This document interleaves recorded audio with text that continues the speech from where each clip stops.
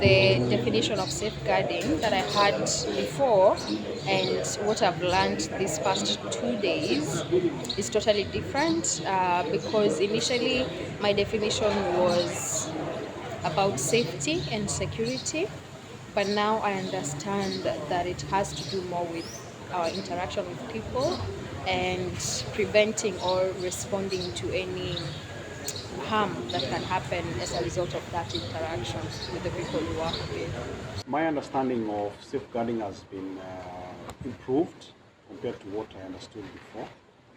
To think in the line of looking at the whole project cycle from the project formulation to planning to implementation to monitoring to evaluation. The issues that were tackled during this workshop is looking at the different stakeholders. Which stakeholders are likely to be affected by our actions? For example, the communities we work with, government officials, fellow CSO partners, the staff members themselves. We also looked at what are these likely harms at different levels. This could be physical, it could be social, it could be social-cultural. There are many types of abuse. I think we are all more aware of the physical one because it's more out there. When you physically assault someone, it's a huge thing, and people take it very seriously. But there are other types of abuse, like the emotional abuse, that we tend to forget, and also the verbal one. Someone can abuse you, but nobody will take it seriously, I think. And also emotionally, those are things that you might not be aware. We tackled what is harm and abuse and tried to demystify that and also make people feel like it's not scary talking about very serious things, but also normal things that happen in our lives.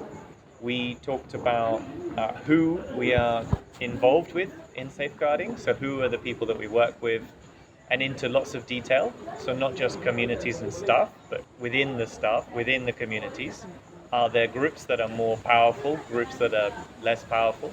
Probably the most challenging was the action plan, making actions, because it's difficult to take everything we've been talking about in 2 days and squeeze it into 1 or 2 actions.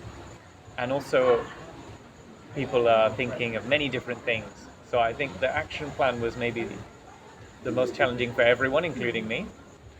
And so I think that's been the case with Comrade, but other organizations I've worked with as well, is taking our learning and thinking about how do we make actions from our learning. My highlight of this workshop event was the sail and the anchor concept because it clearly highlights what you want to do, with who, why, where, and how. My take-home message is that you have to be proactive and not reactive. You don't have to wait for problems to occur for you to start solving them. It might be too costly. It might be a point of no return. This is the biggest group I've worked with so far. I was very happy to see a mixture of people, because if you just have one representative, if it's all men, for example, or all senior directors, they give you a biased opinion. It's important to have everyone have the opportunity to share their opinions, regardless of their education, regardless of their experience. And I thought that was really good with the Comrade team. The added value of having this workshop together with the rest of the staff was actually to be able to interact and learn from each other. It has been a form of team building. Yeah, the 2-day workshop, the idea was to just give a push and raise the awareness with the group. What needs to happen next is that there's a 12-month journey, like a process, to take actions to improve Comrade's processes, policies, and practices with safeguarding. So there will be, for the Comrade team to decide what to do next, but I would expect that they'll probably write some policies, they'll probably decide on some procedures that people should follow, and maybe you see a changing behavior as well in between staff and when staff are going to work as well in community based on the learning we had. It's important to have safeguarding in mind because it's about how people are feeling, and people might feel hurt, people might feel upset, So if we're not aware of that, and somebody said it's a bit like psychology, so maybe we don't need the word safeguarding, but we think of it as psychology, we think of it as culture. It's about knowing ourselves and knowing other people and caring for other people. So if we put it that way, it's something we all should care about and something we all should do. And maybe just this word safeguarding is like a confusing technical word, but it's just about caring for people. I do think it's something that's a bit new for many people, and people have told me that during the workshop, that they've maybe not heard the phrase before, but maybe they know about the concept, but not in a professional setting. So definitely is something that I think is going to be there in the future for most organizations. So I'm pleased that we've worked with Comrade, and Comrade have taken this proactive stance.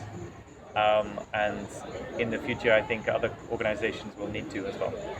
We are in the process of actually structuring Comrade in a very strategic way. So we are looking at different things at the same time. And one of them is the development of a strategic plan. The other one is the safeguarding of policies. So these are things that are working hand in hand. And main goal is how can we move Comrade from what it is today to the next level from a very strategic point of view.